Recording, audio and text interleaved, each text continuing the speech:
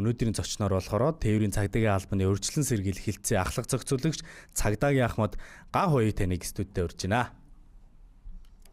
За өглөөний минь. Өглөөний минь. За та өөртөө тухтаа суугаад хөвчээ. Зүгээд микрофоноо өрлөг артуулаад сууч.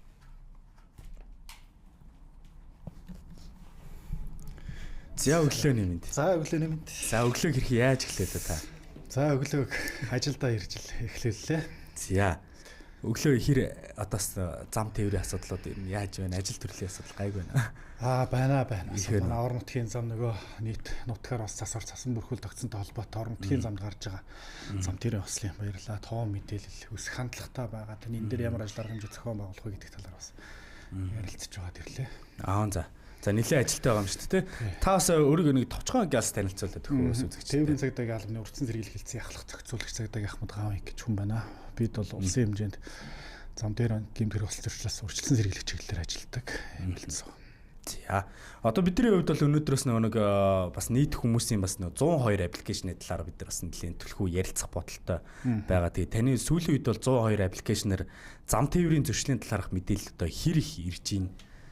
Та тэрний талаар бидэнд бас нэг тайлбарлаад. За тэгээ гэмтгэрийн зөрчлөөс урьдчилан сэргийлэх тухай хуулийн 34 дугаар зүйл дээр энэ гэмтгэрийн зөрчлийг илрүүлсэн таслан зогсоолсон мэдээлэл өгсөн иргэд аж ахуйн нэгж урамшуулах тухай зохицуулт байдаг.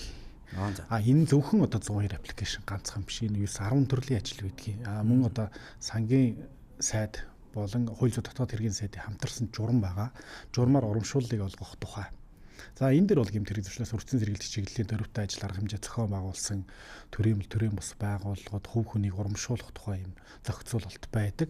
Үүний зүгээр нэг хэсэг нь л одоо энэ байгаа юм.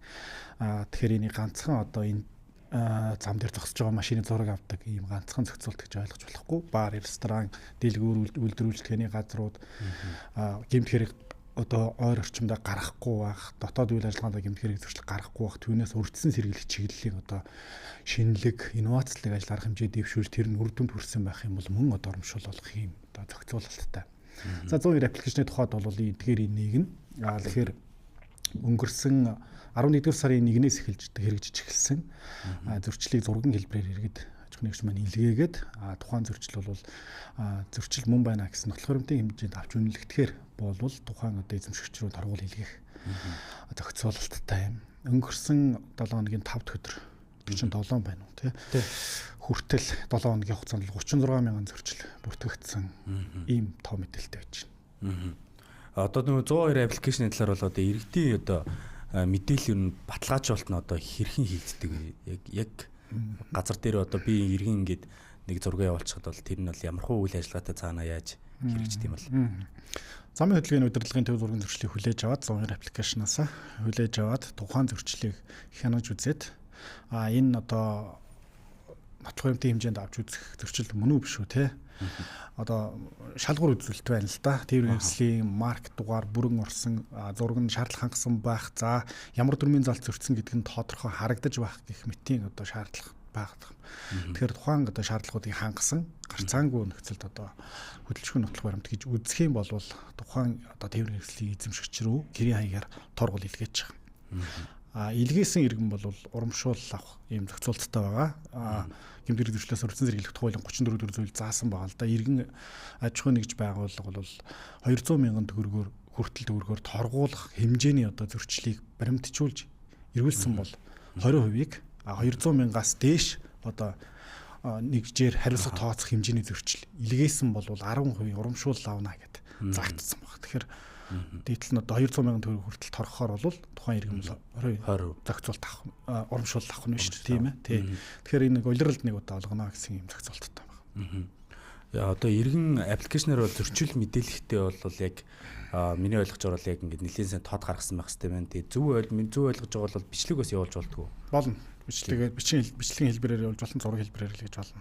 За. Тэгвэл 102 аппликейшны хэрэглээ одоо нэмэгдснээр замын хөдөлгөөнөөс сахилга батад одоо бодит өөрчлөлт бол хэр гарч ийн та бас нэг мэрэгжлийн хүний зүгээс харахад бол за ер нь одоохондоо бол нөгөө нэг зөрчил илгээгдээ торгуул эхнээсээ очиж эхэлж иргэдэд. Тэгэхээр за энд 50% торгуул ирээд ах юм байна гэдэг ойлголтыг аваад ер нь явандаа урт хугацаанд дунд хугацаанд энэ зөрчлүүд арилах байх. За цагдаа албаагчийн хүрэлцээнээс хамаарат тэр бүр бас хурж ажиллаж чаддаггүй ийм одоо хэсгүүд байгаад байна шүү дээ. Зөрчил үйлдэгдээд байгаа, тодорхой байгаад байгаа. Гэхдээ нэг албаагчийн хүрэлцээгээс шалтгаалаад хурж ажиллаж чаддаггүй ийм цэгүүдэд иргэдийн оролцоог татан оролцуулах ийм зорилготойгоор энэ ажил арга хэмжээ зохион байгуулагдаж байна. Энэ үрдөнгөө өгөх баха энэ 7 хоногийн хугацаанд 36 мянган зөрчил гэдэг бол бас багагүй тоо. Тий. Сүүлийн хугацаанд бол зам тээврийн ослын тоо шалтгааны хувьд ямар чиг хандлагуудтай байна вэ? За энэ оны эхний 10 сарын байдлаар 109 мянган одоо зам тээврийн ослын шинжилгээ дуудлага мэдээлэл цагдаа байгууллагад бүртгэгдсэн байна. За үүнээс нэг 20,700 орчим зурчлыг бол материалжуулан шалгасан ийм үзүүлэлттэй байж гэн. Гэмтгэр ослын улмаас 562 хүн амнаас алдсан одоо ийм харамсалтай тоо мэдээлэл байна. Үүний 60 нь бол бага насны хүүхэд байж гэн. За нийт осол бас өсөлттэй л ингээд явж гэн. Ер нь бол дийлэнх одоо хүн амнасаа алдсан, гэмтэж бэрдсэн, ноцтой одоо эд материалын охирол учирсан ноцтой осод ихвэл орон нутгийн замлаг үлдэгддэг л дээ. Тэ шалтгаан нөхцөлийн хямрал нэг бол хорд итрүүлсэн гэсэн шалтгаан нөхцлөөс нийт нас барсан иргэдийн 83% хамгаалах хэрэглээгүй явсан гэдэг ийм тоон судалгаа байж байна. Тэгээ нийт нас барж байгаа иргэдийн 76.6% буюу 80 орчим хувь нь орон нутгийн замд үлдгэсэн зам төр болсоос шалтгаалж байна гэдэг юм. Тоон судалгааг нь бол гаргах чад байгаа маа. Энэ судалгааны үндсэн дээр л одоо хамгаалах хүсээ хэрэглээч, хурдаа тохируулаач гэдгийг шаардлагыг л их хүчлэн тавьж энэ чиглэлийн хяналт шалгалтуудыг хийж байна. Эд материалын охиролтой бас гэх юм бол нийслэлотод мэдээж. Нийслэлотод өдөрт 250-аас 300 орчим дуудлага мэдээлэл. За цас бор орсон байгалийн онц ностод үзэгдэлтэй ийм үеүүдэд бол нэг дахин өсдөг ийм тоон үзүүлэлтнийг 700 орчим тээврийн хэрэгсэл мөрөгддөг шүргэлцдэг. Тэгэхээр энэ нийслэлотын энэ их хөдөлгөөнд 700 осол гэдэг бол 1400 тээврийн хэрэгсэл байхгүй дунджаар нэг осол дээр дороо хийж 2 тээврийн хэрэгсэл байж байгаа тийм ээ. 1400 тээврийн хэрэгсэл шүргэлцээд одоо энэ хотын хөдөлгөөнд зогсно гэдэг бол бас тэр чигээр ачааллыг нэмэгдүүлж байгаа нэг шалтгаан бас болж өгч байгаа маа. Тэгэхээр эргэж жолоорсоор яагаад осол гардыг гэхээр замын хөдөлгөөний дүрмийн хэрэгжилт хангаагүйс болж л осол гарч байгаа. Хинч дүрм зөрчихгүй бол ямар ч осол гарахгүй, ямар ч эд материалын хохирол байхгүй, ямар ч эрүүл мэнд амь насаараа хохирохгүй л гэсэн үг. Тэгэхээр энэ дүрм гэдэг зүйлээ л маш их барьж баримталж явах шаардлага байдаг. Одоо тийм мөн гадна нас саний ярьжсэн дүрмээс гадна нэг архины хэрэглээ те. За тэгэл нөгөө гар утсаа ашигладаг, хурд хэтрүүлдэг гэл. Эдгэр бол ерөнхийдөө бол хамгийн их дийлэнх ослыг бол нөлөөлж байгаа бах. Тэгээд одоо архины хэрэглээтэй холбоотой бүгдээр бас нэг яриулт. Санийх бол нөгөө нэг бид нэр бас цаг агарахтай холбоотой те. Одоо согтууруулах ундааны хувьд бол одоо ямар хуу одоо сөрөг одоо осолт хэрхэн нөлөөлж ин те. Одоо багасж гин үү, ихсээд гин үү те. За согтуур тээврийн хэрэгсэл чалаадах зөрчил бол ихсэж байна. За зөрчил ихсэж байна гэхээс энийг илрүүлэлт ихсэж байна гэж ойлгох зүйтэй байх. Илрүүлэлт ихсэж байна. Илрүүлж чаддаг болж байна. Тийм ээ. Тэгэхээр энэ төрлийн зөрчилтэй цагдаа бол 24 цагаар тэмцэж байгаа. 24 цагаар л одоо согтуур тээврийн хэрэгсэл чалаадсан зөрчил болон бусад зөрчилтэй бол хяналт шалгалт хийж ажиллаж байна. За орон нутгийн замд ч мөн адилхан. Согтуур тээврийн хэрэгсэл жолоодох зөрчил яг таны хэлсэн гар утасны хэрэглээтэй холбоотой зам төр ослууд маш ихээр бүртгэгдэж байна. Ер нь өсөх хандлагатай байгаад байна. Тэгэхээр энэ гар утас гэдэг зүйлээ энэ тээврийн хэрэгсэлтэй хамт одоо ашиглахыг хориглосон зүйл залтвал зам хэлбэрийн дүрмдээ байдаг. Зөрчлийн хуулиар хариуцлага бол тооцдог. Гэвчиг одоо энэ төрлийн зөрчил буурахгүй байна. Зам төр ослол гаргаад одоо хүний амнаас хохироос хэрэг гарлаа мөн одоо өнгөрсөн төлөвт. За энэ байдлаар одоо гар утасны хэрэглээ бол үнэхээр бас жилгэж жолооч нар юм байна. Аюулгүй байдлыг хангах, эрсдлийг бий болгох бас нэг хүчин зүйл болоод байна. Тэгэхээр одоо гар утасны хэрэглээг бас тээврийн хэрэгсэлтэй жолоодохтой хамт хэрэглэхгүй байхыг эргэж жолооч бас анхааруулах зүйтэй баха. Одоо нөгөө зам тээврийн ослоос бол одоо өрчлөн сэргийлэх чиглэлээр бол одоо танаа газраас гэх юм уу те одоо ямар ажлуудыг гол ажлуудыг ер нь хэрэгжүүлж байна те. За жилийн хугацаанд календарчлсан төлөвлөгөө гаргаад маш олон ажил арга хэмжээг цаг үеийн нөхцөл байдалтай уялдуул зохион байгуулдаг. Одоо сар шинэх зарах хэмжээ, сар шинээр одоо золголт болоод хөдөө орон нутг руу маш их одоо тээврийн хэрэгслүүд явдаг тийм ээ. Иргэд олноороо явдаг, гол нь гэр бүлээр хайртай дотны хүмүүстэйгээ явдаг. Энэ үед арга зам дээр бас хэргийн гаралтыг бууруулахын тулд одоо замын постуудыг ажилуулж эхэлдэг ч юм уу. Мөн мэдээлэл сурчлагын ажлууд бас зохион байгуулагдаж явна. За наадам эхлэхээр манай нөгөө та бүхэн сайн мэдэн дээ яарад яах вэ? Аажуул аяндаа хүрнэ гэсэн уран дор орон нутгийн зам хөдөлгөөний соёл гэдэг арга хэмжээг.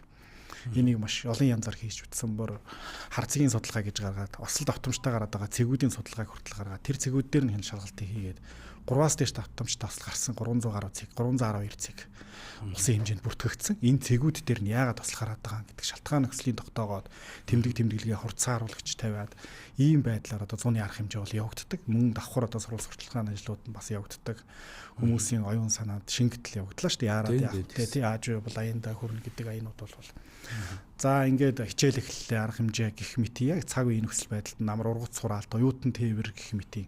За баяр ёслолын үед уусан бол бүү жолоод гэсэн одоо согтгоор тээврийн хэрэгсэл жолоодох зөрчилтөөр хяналт шалгалтуудыг эрчимжүүлэх гэх маягаар яг цаг үеийн нөхцөл байдалд уялдуулаад ажил арга хэмжээгээр төлөвлөж байгаа зохион байгуулдаг. Одоо л хамгийн ойрхон ч одоо шинэ жил. Тэ шинэ жилийн арга хэмжээ. За тэгээд сая өвлийн дугуй гэсэн ажил арга хэмжээ. За чанга дуутаа тээвэр хэрэгсэл гэдэг ажил арга хэмжээ, гэрэлтүүлэх хэрэгсэл гэдэг 3 арга хэмжээ явагдаад дууслаа. Гэхдээ дууслаа гэдэг нь бол энэ аян дуусчвал энэс цааш хариуцлага тооцохгүй гэсэн үг бол биш. Тэр хугацаанд зүгээр эрчимжүүлдэг. Тэгээ эрчимжүүлж одоо жишээлбэл гэрэл арга хэмжээнд хяналт шалгалт хийгдээд за давхар одоо гэрэлтүүлэх хэрэгслийг худалдаалж байгаа импортлж байгаа байгууллагууд руу мэдгдэл шаардлага өгөөд тэр хүмүүстэй уулзалт зохион байгуулад энэ төрлийн гэрлийг худалдаалмааргүй байна гэдэг. За дээрээс энэ төрлийн гэрлийг одоо бүр иргэдэд аюултай амнасанд аюултай байгаа учраас гайлаар орж ирэх хориотой бараа бүтээгдэхүүний чигсалтанд оруулмаар байна гэдэг саналыг өргүүлдэг ч юм уу цогцоороо явагддаг. Түүнээс биш хурц хэрэлдээ хэдэн жолоочиг торгоод аян дуусчлаа гэдэг юм бол биш л дээ.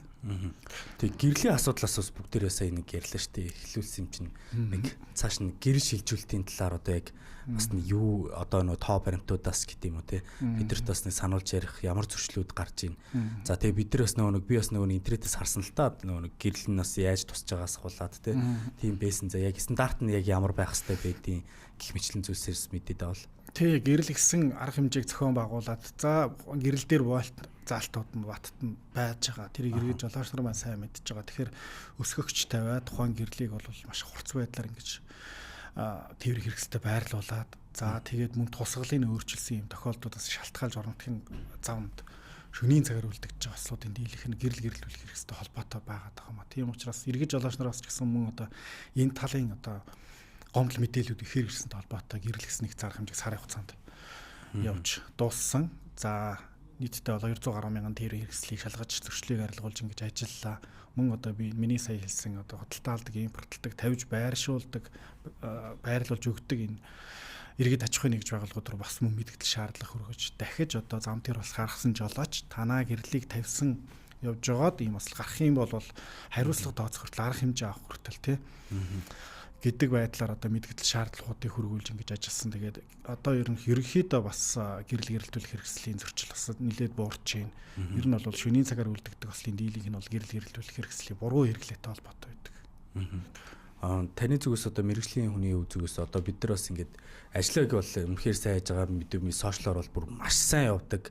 Яарад яах вэ? За тэгээ саяны бүр гэрэлтүүлэхтэй холбоотойг бол би хүртэл үзсэн. Тэгээ би зүг санаж байгаа бол яг хотоо хоорондын биш ээ. Нөхөдөө орон нутгийн зам дээр яг явжин гут нь зогсоож жагаад за та ингэ гэрлийн шалгуулах уу гэд гэрлийн шалгаад за тийм байх бол гэрлээ солиулах уу эсвэл торгуулах уу чөлөө нэг иймэрхүү юм байх шигсэн. Тэгээд гэрлийн зам дээр нь солиул за ийм гэрэлтэй байж болохгүй шүү гэд үзлэг онцлогыг цуцалсан. Тийм маш олон тээврийн хэрэгслийн үзлэг онцлогыг хүртэл цуцлаа дахин онцлогоонд оруулахаар явуулсан байна. Энийг автоеврийн үндэслэлтэй хамтраад зохион байгуулсан. Дээрээс нь манайх нөгөө нийслэлч нэг агаарын бохирдол гэдэг шиг бас дуу чимээний бохирдолтой хотод ордог юм байна л да.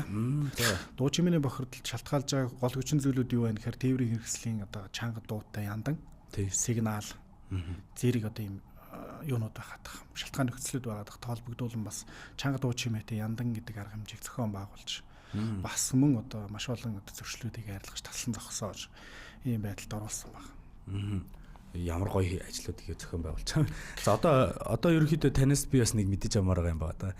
Тэр нь болохоор одоо мэргэжлийн үнэ зүгээс одоо нэмэлтээр ер нь одоо тий манай Монгол улс ч гэдэг юм уу тий одоо байгууллага маань ч гэдэг юм уу яаж ажиллавал эсвэл ард иргэд маань ч гэдэг юм уу тий ямар байвал ер нь болох гээд байна тий ер нь яг мэдээж бүх зүйлийг 0 заатал нь бол болохгүй л ах тий бүх асуудал гарахгүй гэдэг чинь. Гэхдээ хамгийн том одоо ингэчгүүл болчих гээд байна гэдэг зүйлээс ирвэл тэгэлгүй яг хөө энэ зам тээврийн ослоос урьдчилан сэргийлэх ажил зөвхөн одоо цагдаагийн байгууллагын ажил.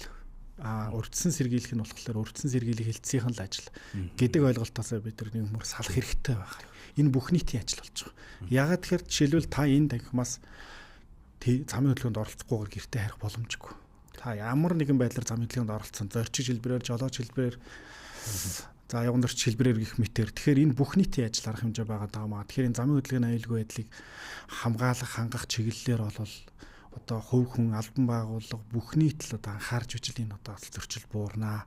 Тэрнээс одоо ганц нэг байгууллагад даалгаа та нар ослоо бууруул гэдэг хасаагаад хамтран оролцоод хамтдаа бүгдээрээ тэмцээд энэ бол үндэсний аюулгүй байдлын хэмжээнд бараг хүрлээ шүү дээ. Жилдээ бол 600-аар одоо 700 орчим хүн амнаас алж 4000 орчим хүн гэмтэж бэртэж хөдөлмөрийн чадвар алдаж байна гэдэг бол энэ маш бага тоо биш. Тийм учраас энэ дээр бол бүх хүн л одоо санаатай явах шаардлагатай байна. Одоо согтуугаар байж явуулахгүй байгаа тийм. Бүх төрлийн зөрчил. Ер нь бол замын хөдөлгөөний дүрм гэдэг бол зөрчил амнасаа алддаг цөөхөн дүрмийн нэгэн замын хөдөлгөөний дүрм баггүй юу? Зөрчил амиа алддаг. Тийм учраас замын хөдөлгөөний дүрмийг бол одоо цусаар бичигдсэн гэж ярьдаг, амьдралын дүрм гэж ярьдаг. Та зүгээр нэг машин гүйцэж төрүүлэх гэж байгаа бол та зөвхөн одоо дүрмийн нэг залт зөрчиж байгаа ш нөгөө талд нь амьдралаа, амнасаа, тээврийн хэрэгсэл дотор бүхээгт яваа хүмүүсийн хувь заа яг гар дэнчин тавьж байгаа гэдэг ойлгох хэрэгтэй. Энд бол би гүйцэж төрүүлэх нь зөв үү? Би хурд хэтрүүлсэн явж байна тийм ээ. Миний одоо яарч байгаа ажил бидний амнасаас үнэтэй билүү гэдгийг эргэж олооч нормалд их ухамсарлаж замын хөдөлгөөнд оролцох шаардлагатай байна л да. За таны яг саний хийсэн чи бол үнэхээр хатуу боловч бас нэлээ үнэхээр шулах өнөө өгөөлаа те бас цусаар бичигдсэн байна те. Нэг л зөрчих юм бол амнастай шууд холбоотой юм шиг л. За тэгээд ер нь бол танаас одоо 102 аппликейшнийг одоо хичнээн хэрэглэгчтэй байна гэдэг талаас бас нэг асуучвал та хэрвээ мэдчихвэл бас нэг бидэнд хэлээч. Тэгээ бас 102 аппликейшнийг бас татах хэрэгтэй юу, ашиглах хэрэгтэй юу тий 102 аппликейшнийг энэ зөвхөн одоо зөрчил илрүүлээд зураг явуулаад урамшуулал авдаг аппликейшн биш л дээ. Эндээс цагдаагийн байгууллагын үйл ажиллагаатай холбоотой мэдээллүүдийг тийм ээ өгдөг, мэдээллүүдийг авдаг. За гомдол, санал, хүсэлт маш олон төрлийн одоо сэснүүд байгаа. Тэгэхээр энэ аппликейшнийг иргэд олон нийт маань бас утсан дээрээ татаж аваарай. Цагдаа гэдэг бол 102 гэдэг утсаар залгахаар хүрээдэрдэг зүйл бас биш болчлоо. Цагдаа таны гар утсанд ороод ирлээ гэж ойлгох хэрэгтэй. Цагдаа тийм хоол биш болчлоо. Тий, таны гарт ороод ирсэн. Та тийм аппликейшнаар одоо цагдаагаас авах үйлчилгээнүүд авах юм боломжтой байж, тийм ээ, гомдол мэдээлэл өгөх юм боломжтой байж, техник технологийн хөгжлийг дагаад бас энэ инновацлог ажил арга хэмжээний нэг болсон гэж би хувьдаа үзэж байгаа. Тэгээд энэ аппликейшнийг иргэд олон нийт нь бас татаж аваарай гэдгийг аваа доторх нь ороод үзээрэй. Тэнд маш олон мэдээллүүд байгаа гэдгийг бас мэдээлэл болгож хэлье. За тэгэхээр энэ бол 102 аппликейшныг татаад авчих юм бол ер нь л цагдаа ер нь л яг тэгээ хол биш яг утсан дээр таны гар утсанд хүрээдэрнэ гэсэн үг тийм.